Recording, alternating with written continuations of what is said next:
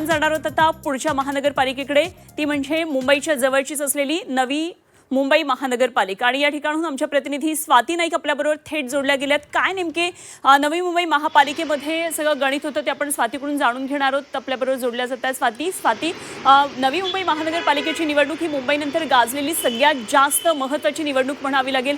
काय नेमकं इकडचं राजकीय चित्र होतं, कुठल्या महत्त्वाच्या मुद्द्यांवर नवी मुंबई महापालिकाची निवडणूक लढली जाते?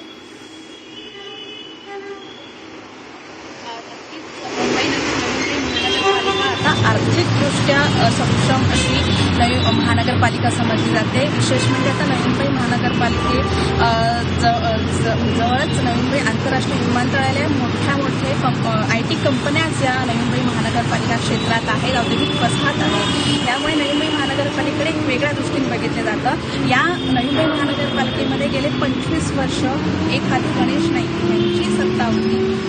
म्हणजे 2019 पर्यंत जी सत्ता होती त्याच्यामध्ये राष्ट्रवादी काँग्रेसचे जे सगळे नगरसेवक होते, परंतु गणेश नाईक हे भाजपमध्ये गेल्यानंतर हे सगळे नगरसेवक भाजपमध्ये गेले। सध्याचं जे चित्र आहे ते मध्ये नवी मुंबईमध्ये मात्र युती झालेली नाही आहे शिवसेना आणि भाजपची। त्याच्यामुळे हे चित्र जे आहे अटीतटीची लढाई किंवा एक सगळे जे दोन्ही पक्ष आहेत ते स्वबळावर लढलेले आहेत। त्याच्यामुळे कोण जिंकणार याकडे सर्वांचंच लक्ष लागलं होतं। अगदी या निवडणुकीमध्ये दोन्ही पक्षांकडनं लक्ष्मी दर्शन असेल किंवा उमेदवारांना पाठीमागे अर्ज घेण्यासाठी पाठीमागे घेण्यासाठी धमकावणं असेल, हे सगळे प्रकार झालेले आहेत। इकडे युती झालेली नाही आहे भाजप आणि शिवसेनेची, परंतु उबाटा गट आणि मनसे यांची मात्र युती इथे आपल्याला झालेली दिसून येते। त्यांच्या 82 जागा ह्या दोन्ही पक्षांनी लढवलेल्या आहेत। आणि विशेष म्हणजे शेवटच्या 8 दिवसामध्ये भाजप आणि शिंदे गटाकडून खूप मोठ्या प्रमाणात भ्रष्टाचाराचे आरोप एकमेकांवर झालेले आहेत। या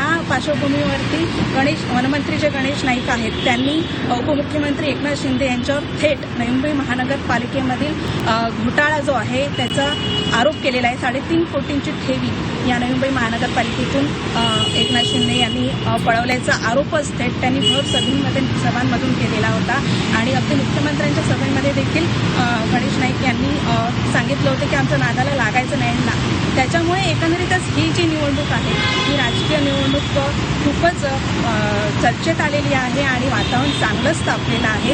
आत्तापर्यंतचा जो अनुभव बघितलं तर नेहमीच गणेश नाईक एका साईडला राहिलेले आहेत आणि त्यांच्या विरोधात सर्वच पक्ष एक असं विरोधात असंच चित्र होतं। यावेळी देखील असंच चित्र आहे। गणेश नाईक भाजपमध्ये आहेत आणि त्यांच्या विरोधात सर्वच पक्ष जे आहेत ते वेगवेगळे लढत आहेत। यावेळेला फक्त मनसे आणि उबाटा शिवसेना गट हे एकत्र लढत आहेत। त्याच्यामुळे तिथे काहीतरी थोडाफार चमत्कार घडू शकेल का हे आपल्याला बघावं लागणार आहे। शिंदे गटाने देखील पूर्ण कसब लावली होती आपली प्रचारामध्ये, त्याचप्रमाणे जास्तीत जास्त नगरसेवक कसे निवडून येतील हे बघणं गरजेचं होतं। मागच्या ज्या निवडणुकीमध्ये 2015ला जी निवडणूक झाली होती त्या निवडणुकीमध्ये भाजपचे म्हणजेच आत्ताची भाजप आणि पूर्वीचे राष्ट्रवादी काँग्रेसचे 52 नगरसेवक निवडून आले होते आणि शिवसेनेचे 38 नगरसेवक निवडून आले होते। अपक्ष 6 अशा प्रकारे महापौर हा राष्ट्रवादी काँग्रेस म्हणजे आत्ताच्या भाजपमध्ये जे नगरसेवक गेले त्यांचे बसले होते। त्यामुळे आता पुन्हा तेच चित्र आहे आणि पारडं देखील आता बऱ्यापैकी जड हे भाजपच्या दिशेने झुकलेलं दिसत आहे। कारण कॉस्मोपॉलिटन शहर आहे नवी मुंबई हे शहर, त्यामुळे ह्या शहरामध्ये भाजपला मानणारा मतदारसंघ आहे तो मोठा आहे, व्यापारी वर्ग आहे। 15 तारखेला मतदारांचा कौल काय असणार आहे ते आपल्याला बघावं लागणार आहे। 16 तारखेला जेव्हा निकाल येतील तेव्हा हे कौल सगळे स्पष्ट होतील। धन्यवाद आपण दिलेल्या सगळ्या सविस्तर माहितीसाठी।